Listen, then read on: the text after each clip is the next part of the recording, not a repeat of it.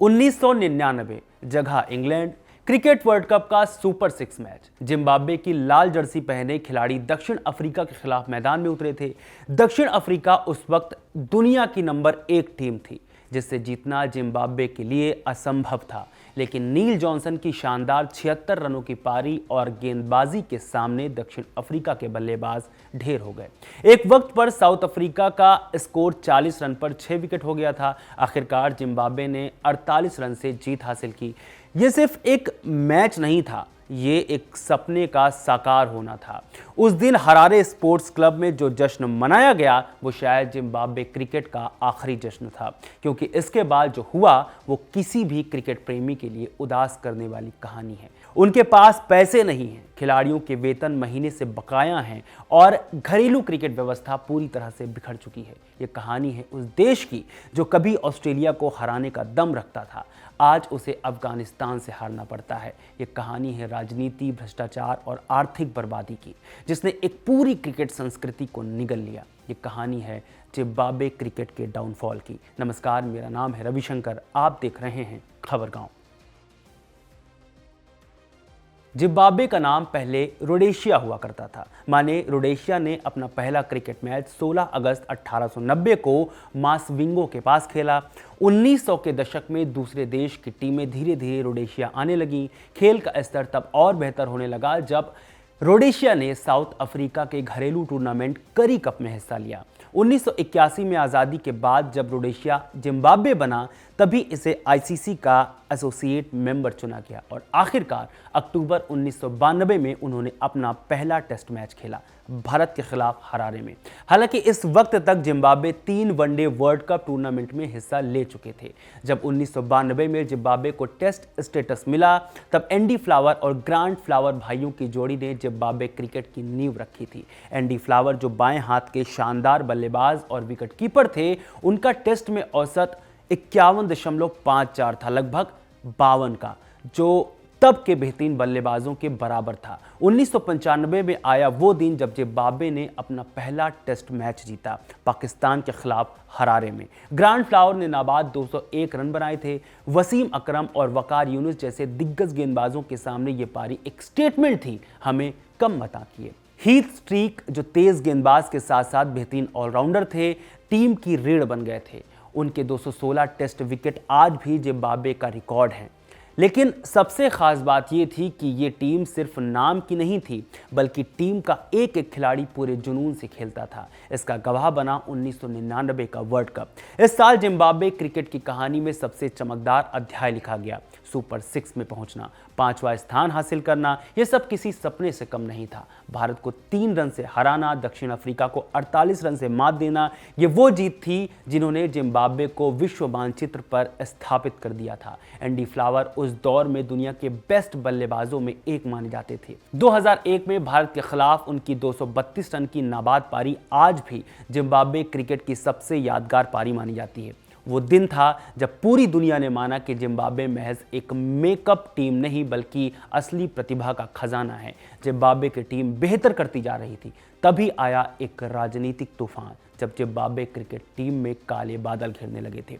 साल 2011 में जिम्बाब्वे के राष्ट्रपति रॉबर्ट मुगाबे की सरकार ने 2000 में भूमि सुधार की नीति शुरू की। इस नीति के तहत गोरे किसानों की 80% जमीन जबरदस्ती छीन ली गई। जिम्बाब्वे की अर्थव्यवस्था जो मुख्य रूप से कृषि पर निर्भर थी, बुरी तरह से चरमराने लगी। क्रिकेट टीम में भी इसका असर देखने को मिला। सरकारी हस्तक्षेप बढ़ रहा था, कोटा सिस्टम लागू किया जा रहा था और खिलाड़ियों पर राजनीतिक दबाव बढ़ता जा रहा था। 2001 तक सरकारी फंडिंग भी कम हो गई थी। हीथ स्ट्रीक जो कप्तान बन चुके थे, इन सब बातों से परेशान थे। वो सीधे तौर पर कोटा सिस्टम का विरोध कर रहे थे, जिससे उनका बोर्ड से टकराव होना तय था। 2002 के आखिर तक जिम्बाब्वे क्रिकेट टीम के अंदर खुसर-फुसर शुरू हो गई थी। खिलाड़ी महसूस कर रहे थे कि उनका खेल राजनीति के लिए इस्तेमाल हो रहा है। एंडी फ्लावर और हेनरी ओलंगा जैसे खिलाड़ी चुप नहीं रह सकते थे। 2003 का वर्ल्ड कप नजदीक आ रहा था था और जिम्बाब्वे को इसकी मेजबानी का मौका मिला था, लेकिन अंतर्राष्ट्रीय समुदाय मुगाबे सरकार के खिलाफ था। इंग्लैंड की टीम ने सिक्योरिटी कंसर्न के नाम पर जिम्बाब्वे में मैच खेलने से मना कर दिया था। माहौल तनावपूर्ण था, खिलाड़ी जानते थे कि कुछ तो करना ही होगा। और फिर आया 10 फरवरी 2003 का दिन, वो दिन जब जिम्बाब्वे क्रिकेट हमेशा के लिए बदल गया। 10 फरवरी 2003 हरारे स्पोर्ट्स क्लब में नामीबिया के खिलाफ वर्ल्ड कप का पहला मैच था। जिम्बाब्वे के लिए यह एक ऐतिहासिक दिन था, अपने घर में पहला वर्ल्ड कप मैच। लेकिन जब एंडी फ्लावर और हेनरी ओलंगा काले बैंड बांधकर मैदान में उतरे तो पूरी दुनिया समझ गई कि यह कोई सामान्य दिन नहीं है। उनका संदेश सीधा और स्पष्ट था, माने हम जिम्बाब्वे में लोकतंत्र की मौत का शोक मना रहे हैं। हम उन लोगों से जो जिम्बाब्वे में मानवाधिकारों का हनन कर रहे हैं उनसे इसे रोकने की गुहार लगा रहे हैं। ये उनका स्टेटमेंट था। इस शांत प्रोटेस्ट से बड़ा संदेश इसलिए भी था क्योंकि इसमें एंडी फ्लावर और हेनरी ओलंगा के रूप में काला और गोरा वाला भेद भी खत्म हो गया था। इस प्रोटेस्ट के कारण तुरंत सरकार की प्रतिक्रिया आई। सूचना मंत्री जोनाथन मोयो ने ओलंगा को अंकल टॉम कहा और काली त्वचा और सफेद मुखौटा वाला बताया। ओलंगा को तुरंत टीम से निकाल दिया गया और बाद में उन पर देशद्रोह का मामला दर्ज किया गया। फ्लावर को भी गिराने की कोशिश हुई, लेकिन बाकी खिलाड़ियों के पूर्ण बहिष्कार की धमकी के बाद वे बच गए। फिर भी दोनों खिलाड़ियों को वर्ल्ड कप के बाद देश छोड़ना पड़ा। पब्लिक में इन दोनों को भारी सपोर्ट मिला। अगले मैच में कई दर्शक काले बैंड बांध कर आए। जब कुछ नहीं हुआ तो बुलावायो में ऑस्ट्रेलिया के खिलाफ मैच में तो लोग प्ले कार्ड लेकर आए। यह कहानी अब रुकने वाली नहीं थी। अगले साल यानी 2004 में स्थिति और भी ज्यादा खराब हो गई। अप्रैल 2004 में हीथ स्ट्रीक को कप्तानी से हटा दिया गया। कारण दरअसल हीथ स्ट्रीक सिलेक्शन पैनल की समीक्षा की मांग उठा रहे थे, लेकिन जिम्बाब्वे क्रिकेट यूनियन का कहना था कि हीथ स्ट्रीक की ये मांग वापस लें। 14 अप्रैल 2004 को 15 गोरे खिलाड़ियों ने एक साथ हड़ताल कर दी। इनमें स्ट्रीक समेत लगभग सभी अनुभवी खिलाड़ी शामिल थे। उनका एक लंबा बयान था जिसमें वे सरकारी हस्तक्षेप, भ्रष्टाचार और पक्षपात के खिलाफ आवाज उठा रहे थे। दूसरी ओर अचानक 20 साल 358 दिन के तांतेदा तैबू को टीम का कप्तान बना दिया गया। वे टेस्ट क्रिकेट के सबसे कम उम्र के कप्तान बन गए, लेकिन उनके पास था क्या? एक पूरी तरह से नई अनुभवहीन टीम। जब तैबू ने नेट्स में पहली बार अपनी नई टीम को देखा तो वे दंग रह गए। वे सब बहुत घबराए हुए थे, ये तैबू ने कहा। इस घबराहट का फल भी देखने को मिला, क्योंकि 25 अप्रैल 2004 के दिन श्रीलंका के खिलाफ सीरीज में हुआ वो जो कोई नहीं चाहता था। हरारे स्पोर्ट्स क्लब में तीसरे वनडे में जिम्बाब्वे की टीम सिर्फ 35 रन पर ऑल आउट हो गई। यह आज भी ओडीआई इतिहास का सबसे कम स्कोर है। श्रीलंका ने सिर्फ 9.2 ओवर में लक्ष्य हासिल कर लिया। इसके बाद वो दिन आया जब लगभग सब कुछ खत्म हो गया। दरअसल हालात इतने बुरे हो गए थे कि जिम्बाब्वे क्रिकेट ने 10 जून 2004 से 6 जनवरी 2005 तक खुद को टेस्ट क्रिकेट से निलंबित कर लिया। कारण वही सारे, बोर्ड का कंगाल होना, सरकार के खिलाफ खिलाड़ियों का विद्रोही होना वगैरह वगैरह। हालांकि कुछ ही महीनों बाद वापसी भी हो गई। चिटगांव में बांग्लादेश के खिलाफ टेस्ट मैच था, जहां बांग्लादेश ने अपनी पहली टेस्ट जीत हासिल की। 2006 में सरकार ने जिम्बाब्वे क्रिकेट बोर्ड को भंग कर दिया और एक अंतरिम कमेटी बना दी। 2006 से 2010 तक जिम्बाब्वे ने कोई टेस्ट मैच नहीं खेला। सबसे ज्यादा दुख की बात यह थी कि 2006 में पहली बार लोगन कप रद्द कर दिया गया। यह जिम्बाब्वे की पहली श्रेणी प्रतियोगिता थी जो 100 साल से चल रही थी। सिर्फ विश्व युद्ध के दौरान ही यह बंद हुई थी। जब 2006-07 में लोगन कप वापस शुरू हुआ तो हालात देखने लायक थे। ना तो फिक्सर्स लिस्ट पब्लिश हुई, ना ही स्कोर बोर्ड उपलब्ध थे। आईसीसी को डर था कि कहीं मैचों का फर्स्ट क्लास स्टेटस ही ना चला जाए। इस बारे में क्रिकेट जर्नलिस्ट स्टीवन प्राइस ने लिखा था कि यह सिर्फ बॉक्स टिकटिंग एक्सरसाइज थी, आईसीसी की शर्तों को पूरा करने के लिए दिखावटी प्रतियोगिता। इन सब के बीच जिम्बाब्वे की अर्थव्यवस्था पूरी तरह से चरमरा गई थी। 2008 में हाइपर इन्फ्लेशन अपने चरम पर पहुंच गया। खिलाड़ियों की सैलरी का कोई मतलब ही नहीं रह गया था। जिम्बाब्वे क्रिकेट यूनियन अपने स्टाफ को पेमेंट नहीं कर पा रहा था। मैचों में दर्शक नहीं आते थे क्योंकि लोगों के पास खाने तक के पैसे नहीं थे। यह था वो दौर जब जिम्बाब्वे क्रिकेट अपनी सबसे गहरी खाई में गिर गया था। 2011 में टेस्ट क्रिकेट में वापसी हुई, लेकिन जो खो गया था वो कभी वापस नहीं आना था। अगस्त 2011 में जिम्बाब्वे ने 6 साल बाद टेस्ट क्रिकेट में वापसी की। हरारे में बांग्लादेश के खिलाफ पहला मैच था और चमत्कार हुआ। जिम्बाब्वे ने 130 रन से जीत हासिल की। ये एक नई शुरुआत का संकेत लग रहा था। जिम्बाब्वे क्रिकेट ने बड़े बड़े सुधार की घोषणाएं की।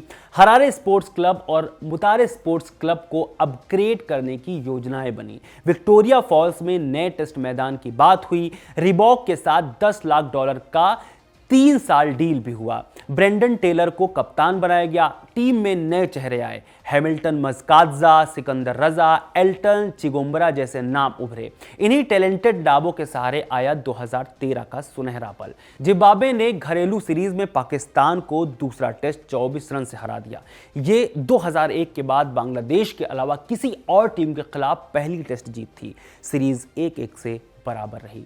T20 में भी कुछ हैरान करने वाली जीतें मिली। 2012 में दक्षिण अफ्रीका को हराया। हैमिल्टन मस्कात्जा और ब्रेंडन टेलर की बदौलत फाइनल तक पहुंचे और घर की भीड़ के सामने 9 विकेट से जीत हासिल की। लेकिन मुसीबतें खत्म नहीं हुई। माने फिर वही पुराना विवाद, खिलाड़ियों और स्टाफ का पैसा ना मिलना। खिलाड़ियों के महीनों का वेतन अटका रहता था और ये 1 या 2 साल तक नहीं चला बल्कि चलता गया। 2018 आते आते स्थिति इतनी खराब हुई कि खिलाड़ियों ने एक वकील गेराल्ड लोत्सवा को हायर किया। वकील ने जिम्बाब्वे क्रिकेट को चेतावनी दी, 16 मई दोपहर 12 बजे तक लिखित गारंटी दो कि खिलाड़ियों को कब तक पेमेंट मिलेगी, वरना ऑस्ट्रेलिया पाकिस्तान त्रिकोणीय सीरीज खतरे में पड़ जाएगी। खिलाड़ियों को 2017 के श्रीलंका टूर से ही मैच फीस नहीं मिली थी और 2 महीने की सैलरी भी बकाया थी। हालांकि वकील की बात का ज्यादा असर बोर्ड पर नहीं पड़ा और खिलाड़ियों को उनकी फीस नहीं मिली। ये हालत ऐसे ही चलते रहे। 2 साल बाद यानी 18 जुलाई 2019 को सबसे बड़ा झटका लगा।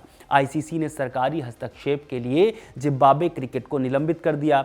यह पहली बार था जब किसी फुल मेंबर को सस्पेंड किया गया हो। उधर स्पोर्ट्स एंड रिक्रिएशन कमीशन यानी एसआरसी ने जिम्बाब्वे क्रिकेट बोर्ड को भंग कर दिया था। आपको बता दें कि एसआरसी जिम्बाब्वे की एक सरकारी संस्था है जो अलग अलग खेल को बढ़ावा देना और व्यवस्था करने का काम करती है। जिम्बाब्वे क्रिकेट को बैन करने के कई कारण थे, जिसमें सबसे मुख्य था आईसीसी के पैसों का गबन। दरअसल 2014 में एक बड़ा स्कैंडल सामने आया था। पता चला था कि जिम्बाब्वे क्रिकेट की टॉप लीडरशिप ने आईसीसी के $6 मिलियन लोन का गलत इस्तेमाल किया था। इसमें chairman Peter Chingoka, vice chairman Wilson Manase और पूर्व एमडी ओजियास बवुते के नाम शामिल थे। कई खिलाड़ियों के नाम भी इसमें शामिल थे, मगर उनके नाम सामने नहीं आए। हुआ क्या था? जिम्बाब्वे क्रिकेट के इन शीर्ष अधिकारियों ने आईसीसी से मिले $60 लाख के लोन का इस्तेमाल गलत तरीके से किया। इस पैसे को स्थानीय बैंकों के कर्ज चुकाने के लिए इस्तेमाल करना था, लेकिन इसे जिम्बाब्वे के मेट बैंक में बिना ब्याज वाले खाते में 5 महीने से ज्यादा समय तक रखा गया। क्योंकि चिंगोका और मनासे मेट बैंक के बोर्ड के सदस्य थे, जबकि व्यूटो इसके बड़े शेयरधारक हैं। माने मेट बैंक के जरिए खुद को फायदा पहुंचाने के लिए यह सब किया गया। इस पूरे मामले को ऐसे समझिए, जिम्बाब्वे क्रिकेट ने मेट बैंक से 20 से 24% की ऊंची ब्याज दरों पर कर्ज लिया, जबकि आईसीसी से कम ब्याज पर कर्ज मिल सकता था। आईसीसी ने 2011 में $60 लाख का कर्ज दिया, यह शर्त रखकर कि इसे पुराने कर्ज चुकाने में इस्तेमाल किया जाए। लेकिन जिम्बाब्वे क्रिकेट ने ऐसा नहीं किया और पैसा मेट बैंक में जमा रखा, जिससे मेट बैंक को फायदा हुआ। या यूं कह लें कि उन 3 अधिकारियों को मेट बैंक ने इसे जमा राशि को तीसरे पक्ष को 20% ब्याज दर पर उधार देकर लगभग $3 लाख कमाए और जिम्बाब्वे क्रिकेट को अपने कर्ज पर इतना ही ब्याज देना पड़ा। इससे जिम्बाब्वे क्रिकेट को दोहरा नुकसान हुआ, माने बोर्ड पर कर्जा बढ़ता गया। आखिरकार बड़ी धांधली से तंग आकर बोर्ड आईसीसी ने जिम्बाब्वे क्रिकेट को निलंबित कर दिया। इस बीच सिकंदर रजा ने इमोशनल ट्वीट किया, ये वो तरीका नहीं था जिससे मैं अंतर्राष्ट्रीय क्रिकेट को अलविदा कहना चाहता था। एक फैसले ने टीम को अजनबी बना दिया, एक फैसले ने इतने लोगों को बेरोजगार कर दिया। ये सिकंदर रजा का ट्वीट था। इसी साल 2019 में वनडे वर्ल्ड कप भी होना था, मतलब बोर्ड को निलंबन हटवाना था, जिसे लेकर आईसीसी ने थोड़ी बहुत राहत दी। मगर जिम्बाब्वे की टीम यूएई से क्वालिफायर मैच में हार गई, माने टीम वर्ल्ड कप 2019 के लिए क्वालिफाई नहीं कर पाई। हालांकि जिम्बाब्वे की टीम ने साल 2022 T20 वर्ल्ड कप के लिए क्वालिफाई किया और पाकिस्तान जैसी मजबूत टीम को एक मैच हराया भी। हालांकि वो क्वालिफाई राउंड से बाहर हो गए थे। यहां से जिम्बाब्वे की टीम कभी उभरी नहीं। 2023 वर्ल्ड कप के लिए भी क्वालिफाई नहीं कर पाए। लगातार 2 वर्ल्ड कप मिस करना जिम्बाब्वे क्रिकेट के लिए सबसे बड़ी शर्मिंदगी थी। हालांकि इस सब के बीच जिम्बाब्वे सिर्फ एक उलटफेर करने में कामयाब हो पाई कि इसने 5 दिसंबर 2024 के दिन पाकिस्तान को हरा दिया था दोबारा। ये एक 3 मैचों की T20 सीरीज थी। मौजूदा वक्त में टीम की स्थिति की बात करें तो टेस्ट में 12वें, वनडे में 10वें और T20 में 12वें नंबर पर हैं। कहने का अर्थ यह है कि कभी साउथ अफ्रीका समेत बड़ी बड़ी टीमों को हराने वाली जिम्बाब्वे आज बड़े टूर्नामेंट में क्वालिफाई के लिए तरस रही है। हालांकि ऐसा नहीं है कि जिम्बाब्वे की टीम में अब कोई उम्मीद की किरण नहीं है। जैसे सिकंदर रजा आज भी टीम के मुख्य खिलाड़ी हैं, वेस्ली मेदेवेरे और ब्लेसिंग जैसे खिलाड़ी उभर रहे हैं। बस चाहिए तो बोर्ड का साथ, क्योंकि पैसों की समस्या आज भी बनी हुई है। घरेलू ढांचा कमजोर है, क्लब क्रिकेट नहीं के बराबर है, बुनियादी सुविधाओं का अभाव है। यानी यह कहने में गुरेज नहीं है कि जिम्बाब्वे क्रिकेट का पतन राजनीति, अर्थव्यवस्था और भ्रष्टाचार की त्रासदी का हिस्सा रहा है। जो टीम कभी ऑस्ट्रेलिया और दक्षिण अफ्रीका को हराती थी, आज वो अफगानिस्तान से हारती है। आपको क्या लगता है जिम्बाब्वे क्रिकेट के पतन के और क्या कारण हो सकते हैं? हमें कमेंट करके जरूर बताइए और खबर गांव को सब्सक्राइब जरूर करिए। बहुत शुक्रिया।